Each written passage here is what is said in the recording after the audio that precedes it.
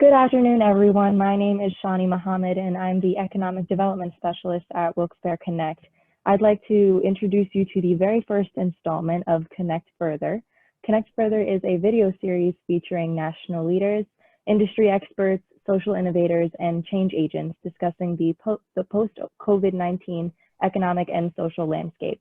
We hope that these discussions will help shape our recovery efforts, define our new norm, and establish the importance of coming together as a community to solve our most pressing social and economic issues. So starting today, a new installment of this series will be released every other Wednesday at noon, leading all the way up to our Wilkes-Barre Connect conference in November. So to kick us off today, we will be hearing from Kim Kaupe, the co-founder and CEO of the Superfan company. In addition to running the Superfan company, a fan engagement agency focused on creating one-of-a-kind products, programs, and strategies for entertainers, brands, and celebrities, Kim serves up a street-smart business education in her weekly Coffee with Kim series, as well as her course Entrepreneurship Foundations on LinkedIn Learning. She graduated with a BA in marketing from the University of Florida and roots loyally for her Gators. You might recognize her from ABC's hit primetime show, Shark Tank, securing offers from 4 out of 5 sharks, or from her role as a judge in the 2019 Miss USA pageant, live on Fox. Previously, she was named to Inc.'s 35 Under 35, advertising agency's 40 Under 40, and Forbes 30 Under 30. Kim, thank you so much for joining us today. Thank you for having me. I'm excited to be here. Kim, and like we mentioned, we're so excited. First episode, Connect Further, and we have the great Kim for Kim Effect number 2. I'm excited. Excited that we can connect virtually. And I think with that, right off the bat, how are you holding up? How is COVID treating you? How about social distancing? How are you coping? Yeah, I keep telling people, it depends on the day. Some days everything's great and okay, we can do this, no problem. And then other days, yeah, of course, I miss my family and of course I miss my friends. And so I think you just try to have more good days than bad days. But I think it's important to acknowledge the bad days, to know that we all have them. And to just be honest when you're just kind of like, you know what, today I'm really missing, my workout classes, or today I'm really missing my mom. But thanks for asking. All in all, everyone's healthy and well. So counting my blessings. Yeah, first and foremost, health and wellness and safety at this time is absolutely critical. So with that, I know same thing with me. If it's, I have those days and either I need to listen to a little Bob Dylan to get me through, or right now I'm already kind of craving more of The Last Dance. I enjoyed that show, but I know, culture is so important to you. It's so important and so critical to the success of the Superfan company. So, during this time, I understand now how you're coping. How is your team coping? How are you maintaining that culture within the Superfan company? We're very fortunate in that because we are a service-based business and a client-based business, we were always very used to traveling to our clients. So whether that was going to a Comic-Con show or out at Citi Field with the New York Mets or on tour with Oprah. So luckily, our team has had a lot of reference points of working not at a desk and not at an office, on the floor at an airport or, holed up in a hotel room. So we've actually done fairly well with the work remote portion. I know a lot of people have been having a really hard time dealing with that, and they're not that great, or their teams aren't that great with remote. We've actually been fairly okay with the remote working, but it's definitely been something to get used to. And I think for us, it's more about creating new rituals, new practices. So for example, we now do a video call every single morning at 10 a.m. Eastern, and you have to be on video. So it doesn't matter what your hair looks like, at Monday through Friday, you are going to be on that video, and it creates consistency, and it sort of creates a new normal. And I think that's what all of us are doing right now, whether you're in a corporate job or in school or an owner of a business like me. I think you're looking to create a new normal. And so we've just been trying really hard to do that within the business as much as we can. And stressing wellness too, is that something really that you're stressing with your team? The mental side? Yeah, it's definitely not only within my team, but really, we've taken that approach with our clients, really reaching out to clients and saying, what can we do to help? We don't even know what it is, but, do we need to like tutor your son, or, what can we do, even if it seems totally random, to help? Because I think we've always approached business and personal life very similar in that we're here to help, and we're here to make everybody's life easier. And whatever that looks like now, that's what we're going to do. We've been helping a ton of clients recently with pitches that they're working on, or we're getting calls like, I don't know, is this a good idea? Can you help me with it? And so I think right now it's all about being flexible and seeing where you can plug in and where you can help, even if you've never done something before, or even if you think, oh, I don't know if that totally makes sense. Nothing makes sense right now. So you're just kind of hopping in wherever you can. And that's so true. Nothing makes sense right now, right? And I think, on such a smaller scale, but, for us on a nonprofit side, we've been in that same position. We've been very proactive with calling people, and I think they just appreciate the voice at this time. And you're right. I think sometimes you get into conversations of maybe tutoring a client's son or daughter. There's so many different things. And I think communication is so critical right now that we maintain those lines. And I want to transition into something which I think, when we talk about, okay, nothing is normal now. Well, what is going to be normal, right? And I think I look at the incredible work that you guys do, and you're about experience, creating that experience for that fan or that consumer. And I think, whether it's working remotely or what the new consumer habits are going to be, how are you preparing, or what do you think it's going to look like kind of post-COVID as we come out of this from the consumer side? It's funny because I think consumer engagement always mattered. Obviously, that was a huge core focus of ours, but I think now it's going to matter tenfold. And I think companies who right now aren't doubling down and aren't thinking that it's a big deal, they're going to be hurting for a year, 2 years, 3 years as we come out of this, because customers have the memory of elephants. If you treat them badly, then when things get better, they can have other options. They're not going to choose you. So I think that the way you engage with your customers right now is actually more important probably than ever before, because people will see how you respond in a crisis, and it's going to be for better or for worse. So making sure that you're on the right side of that is going to be helpful. And I also think engaging with people in a way that's meaningful and that can help you and make them look like a hero. That's another thing that I'm always looking for. I think an amazing example of this that I saw recently, there is a restaurant chain called Mexique. It's in New York. There's a couple locations in DC and Connecticut as well. And they're a dine-in restaurant, not far from my office. I used to go all the time. And on a dime, they had to switch from dine-in to delivery and takeout, which they had never done before. Not only did they make the change, but their founder, Thomas Kelly, thought, how can I go one step further, and offered all of these social media graphics and fun activities that you could send a free round of drinks to friends with this promo code. And it was so awesome and cool. And, obviously you had to put in an order of other things, tacos, nachos, etc. But it was such a shareable, fun moment of saying, okay, I know that our customers are going to engage with us anyways, but how can I still make that engagement fun? And who doesn't love, that catchphrase, oh, it's on the house, or, the next round's on me. That's really fun. And having customers be able to share that on their socials or with their friends. I shared it. I was like, this is so great and smart and wonderful. And so I think thinking about that consumer engagement and thinking about not just, oh, let me panic. How am I going to do delivery quick, get all the money I can, but really saying, how do I use this opportunity, however horrible that we got to this point, but how do I use this opportunity and say, how do I make lemonade out of lemons? Yes, we have to switch to delivery and takeout. Is that what we want to do? Certainly not, but that's what's happening. So how can I make it into something that's great and exciting for everybody?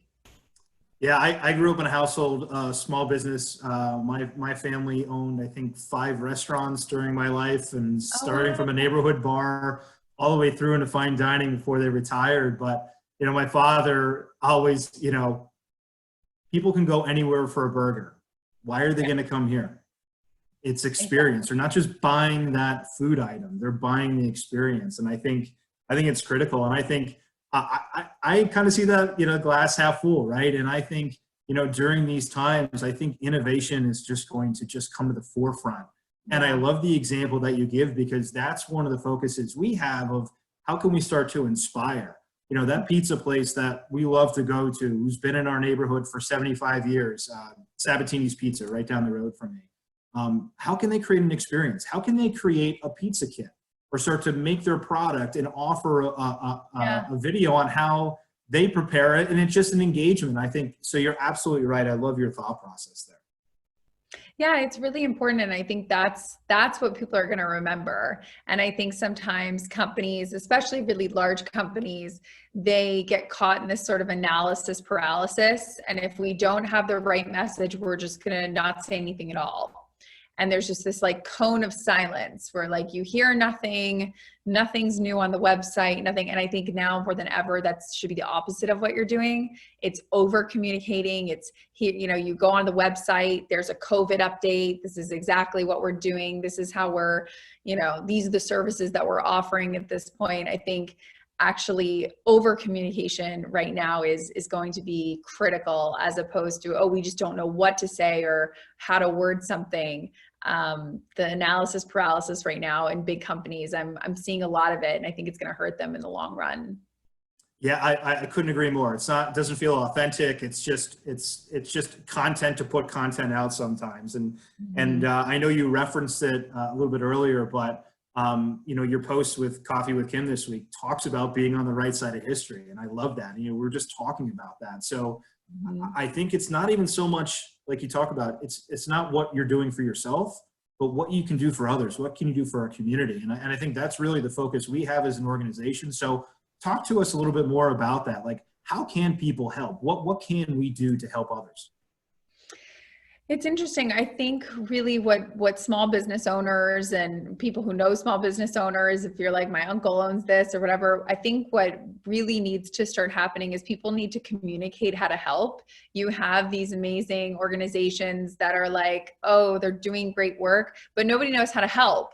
Is there a donate button? Can I buy a gift card? There's sort of this mystery around how you can help. And sometimes the problem feels so big that your contribution feels so small that you think, I'm just not going to do it at all, which is the opposite of what we want. So I think it's really about whether you're in a company or a nonprofit or you're running a small business, is being really clear with friends and families and customers of how they can help you. Because I think that is so important right now. And I think it's something that when you give people clear instructions, whether, I know I got an email from a place that I take takeout from a lot, and they said, what would really help us right now? Gift cards. If you guys could buy gift cards, we're really struggling with our cash flow. I was like, done. Let me buy the gift card. There was another company that sent something out and they said, we need help redoing our website. We're using this downtime. If anybody knows anyone that would work on this pro bono, there's a lot of creative agencies right now that are working for free, that are doing pro bono work to help where they can, social media agencies. So I would look for a lot of those opportunities, because people are looking to help. It's just figuring out how to do that. Yeah. And again, I think, you talk about leadership all the time, and whether it's on your social media, you talked about on LinkedIn. I think it's a core value that you have. And I think it's one thing to talk about it, but then to actually put that into motion. And I think one of the things that I love that you've done is through LinkedIn Learning. Your entrepreneurship foundation course I took, absolutely love. So talk to me about that. What's next? Are there more LinkedIn Learning courses we can expect? There actually is. I don't know if I'm supposed to announce it, but I'm going to announce it no matter what. I have a course that's coming out. They tell me in the next 2 weeks. We'll see. I don't know. We'll see how fast they're editing, but we filmed sort of a emergency course, if you will, on how small businesses can navigate through a crisis. This is the definition of a crisis, obviously. And there are things that you just have to do differently. The way you think about your finances, your balance sheet, your P&L, it has to drastically change when half of the small businesses are closed or they can't operate as they normally would. So we created a sort of mini course. If you've seen the Entrepreneurship Foundations course, you'll know that that's a little over an hour long. There's 5 or 6 modules. It's pretty robust. This one's sort of like a mini version of that. I've been told it'll be around 30 minutes, and again, just sort of a crash course. And I think it's going to be really important for small business owners to realize, I think a lot of them that I've talked to are kind of holding on hope of like, well, next quarter. And, you know, I don't mean to sound like a Debbie Downer, but I think that I heard a great example the other day, and it really, I think, helps people think about it in a new way, which is, you know, after 9/11 happened, traveling through the airport was very different. And, you know, you still hear of people say, well, you used to be able to get on a plane and smoke a cigarette. You used to be able to get on the plane without taking your shoes off. You used to be able to, you know, check a bag with as many shampoo bottles as you wanted. And, you know, we just entered a state of the new normal. And the new normal traveling, it changed pretty much overnight. And we've accepted it now for 20 years almost. So, you know, it just becomes a new normal. And so I think as small business owners, this is the new normal. You know, we can obviously hope for a vaccine, but we don't know. That could take 2 months. It could take 2 years. You know, this is the new normal we're living in. So I think the faster that you can adapt to it and the faster that you can pivot and change and switch your business and your strategies, you're going to be better off, because I think it's hard to accept things as a new normal so quickly. As humans, we don't like that, but it's kind of a necessary evil right now. And I know it's true for us as well. We do a lot with entertainment. We do a lot with sports.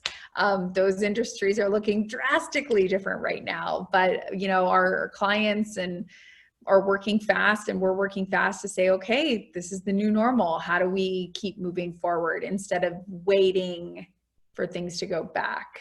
It's more, how do we look ahead and how do we keep moving forward? Oh, absolutely. Step one, whether I'm talking to the small business locally, a large manufacturer, or talking to my friends, you know, on Zoom, it's step one, it's not going back to normal.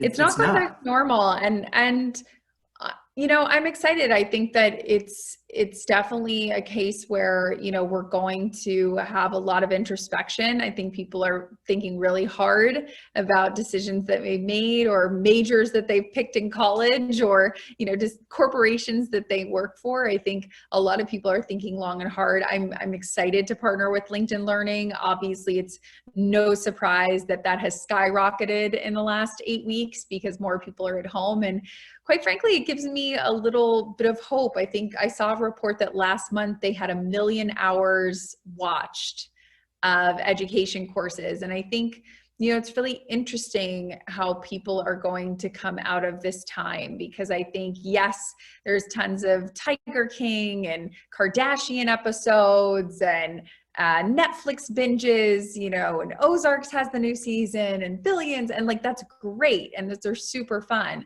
But I also think if you can come out of this learning something, I have a friend who decided she was going to learn a language, you know, downloaded Duolingo and said it for, I think, 15 minutes every day. And she's like, you know what? I can spare 15 minutes a day. There's no reason not to. I have no commute. I have no anything. And I think that's important. You know, how are you going to come out of this? And I think it's interesting because there's a lot of things that we used to say we didn't have time for. Oh, I'd love to learn a language. I don't have time. Oh, I'd love to learn about entrepreneurship. I don't have time. Oh, I'd love to volunteer for the Red Cross. I don't have time. And now we're left with a lot of time. And so I think it's going to be interesting because a lot of people say that they don't have time. And now when they do have time, like, how do you use it? And are you really not doing things because you don't have time, or are you just not doing them because, like, you don't actually want to do them? You don't want to do the work to do them. And I think this is evolving into a plug for LinkedIn Learning, because I am a huge fan. I'm part of those million of hours viewed. I'm actually on a pathway to become a UX researcher. I love that. That's so, it's funny. My mom is actually using this time. I'm sure if anyone is under the age of 50, you've had a parent who says like, how do you work these things? I get, it's beeping at me. Something's lighting up. How does that work? And so I set my mom up with the iPhone class. And, it was so funny. We were FaceTiming the other day, and all of a sudden her head changed into a giraffe. And I couldn't stop laughing. And I said, what is that? And she goes, this is what I learned in my class today. You can make your face into all these animals on the iPhone. And so it was funny and obviously very tongue in cheek. But yeah, that's the type of stuff that 8 weeks ago, she didn't know how to make her face into a giraffe. But now we're learning very valuable things in quarantine. She's adapting. My parents are down in Sarasota, Florida, retired, and we've put them through a crash course on Zoom. And so now we have actually a family game night during the week where my sister and her kids, my brother in Philadelphia and his kids, we get all, and we play categories. That's amazing. How wonderful. And it makes a huge difference. Yeah. It just took like 2 weeks so we didn't stare at my parents' ceiling for them to understand. But exactly. Now I'll have to put them onto the iPhone course. That's a good idea. But slowly but surely. Yeah, slowly but surely. And I think adapting, that's the key thing. And one point that I want to bring up, we always talk about the Kim effect, right? We had you a year and a half ago up to Northeastern Pennsylvania at our Spotlight event, which now seems like decades ago. But I think one of the most important things our region took away is just your motivation, your inspiration, specifically for students. We always talk about raising your hand and how important that is. Well, okay, let's fast forward now to today, a different time. We talked about Shani, who's on here, just graduated this past weekend. Times are different from when they started school. What advice are you telling students, or what advice are you giving to students right now as they enter into this new norm? Yeah, I think students are at a golden age right now if they actually take advantage of it. I think too much of the press has been negative, and it certainly is harder for sure. But I think more now than ever, something I always stress is mentorship. I believe in mentorship. I think it can change your life. I know it's changed mine. I think you should have many mentors. I think there's levels of mentoring. I have mentors, they don't even know they're my mentors, because it's people that have never met me, but I read all their books or follow them online and feel like they are a mentor to me.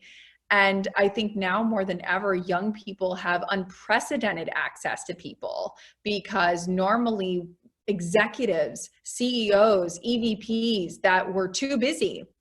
Oh, I'm in this meeting. Oh, I'm in that meeting. These people are home all the time now with no obligations for in-person meetings, no commute times, nothing blocking their schedule. And so this is the golden age that you should be reaching out to them on LinkedIn or Instagram or Twitter, because they'll actually respond. Like the response rate of people right now, one, everybody's looking to help and looking to find meaning, but two, people that would never have access or time now all of a sudden have tons of access and tons of time. So I think if you're a young person right now, holy cow, I would be all over LinkedIn. I would be spending hours on the platform.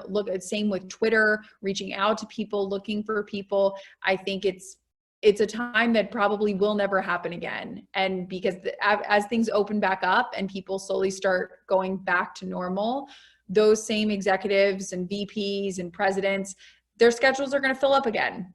And this little window will be over. And so if you are a young person and you're not taking advantage of this window, to me, that's a massive miss. And I think from that same viewpoint can be applied to the business side. Take advantage of that same opportunity. I know I was just on a call with a startup out of Silicon Valley today.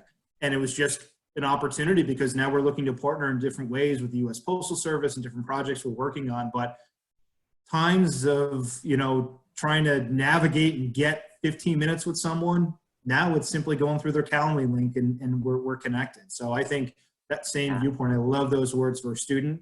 I think it's the same thing with a business. When you see an opportunity, this is the time. reach out, talk to someone, build up your mentorship network. I absolutely agree. And I think as we wind down, Kim, I think part of the series that we really want to focus on is just the true nature of community and the strength of coming together. And it's going to take great leaders, but it's also going to take that army behind you of really wanting to make what we want the new norm to be. And so our conference that we launched last year, the Wilkes-Barre Connect Conference, we were fortunate. We had the amazing Abby Downing, your creative director from the Superfan company, on a panel last year, which was phenomenal. And it was really about educating and motivating and inspiring. And we had students from 15 universities, students from 10 high schools, and we really captured them at that point. And the focus was leading up to this year, whether we're virtual or not, for our Connect conference in November, it's about engagement. And what we've done is we've really utilized the power of our community to come together to solve economic and social issues. We talked about a little bit earlier off camera about some of the ways we're helping provide access to education to students who might not normally have it. We're talking about financial literacy. We're talking about so many different things that are so critical during this time of need. So what we're focusing on for our conference this year is we're asking for challenges to be issued. And during our conference, we're going to work together, whether you're a student, a nonprofit leader, an industry leader, come together, your voice matters, and we're going to work together to create a solution. So with that, our challenge to you, Kim, is to give us a challenge. What do you think? Give us a challenge that we should address at our Wilkes-Barre Connect conference in November. Selfishly, as I just said, I'm a huge fan of mentorship. What I would challenge you guys to figure out, and it's a tough nugget to solve, is that right now mentorship has been an elective practice. It has been kids who push themselves, who push to get mentors when they're in college or when they're first getting jobs. And same way with big executives or people that work at companies. It's if you take a mentee, good for you, but if you don't, no big deal. I would love to see mentorship be institutionalized at companies. I'd love to see it be institutionalized at colleges, at high schools, where just like you have to take a foreign language class to go to the next grade, I think that you should have a mentorship program that you have to complete. And I think the same way with companies and nonprofits. I think you should absolutely, even if it's a group mentee, I know people struggle with having the one-on-one time, but if it's a marketing team or an accounting team, how can that group take on one student or one young person and make a difference in their life? That would be my big challenge. That's a challenge. I love it. I know we've known each other for a little bit now, and I can remember when I first met you and did the introduction. Mentorship is something that is close to my heart. I would not be anywhere where I am today without Terry Ohms from the Institute for Public Policy. She gave me my first opportunity. And I think if you, as you always talk about, if you understand mentorship, that relationship lasts a lifetime. Mm-hmm. Terry and I continue to work on projects together. And so, when we at Connect, whenever we talk to students, we always tell them, don't choose your first job, choose your first mentor. That will make such an impact on your life. So I love your challenge. Challenge accepted, Kim. Wonderful. Yeah, it's accepted. And we look forward to that. I can see Shawnee's already, the wheels are turning in Johnny's head. So excited about that. Well, Kim, we thank you so much. And before we end, I just want one more time, any inspirational message or motivation for that hope that you can give to our guests out there? I would say my one sort of parting motivation or parting hope is that the good news is that we're all in this together. Everyone is figuring this out. Every company, every person, every CEO, every small business owner, every stay-at-home mom who now has to teach kids like a teacher. We're all figuring this out. And so my motivation is take comfort in that, and take comfort because it's going to be hard.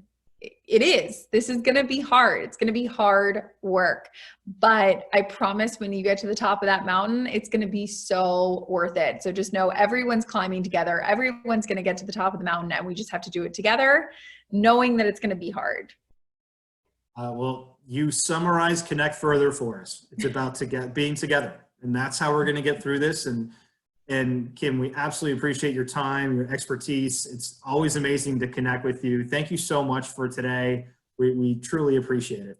Thank you. Thank you for having me. I'm excited to always come back home here and hopefully make a lot of new friends from this. And if you can connect with me on LinkedIn or visit kimkaupe.com or on Instagram where I spend too much time, I love meeting new people and connecting.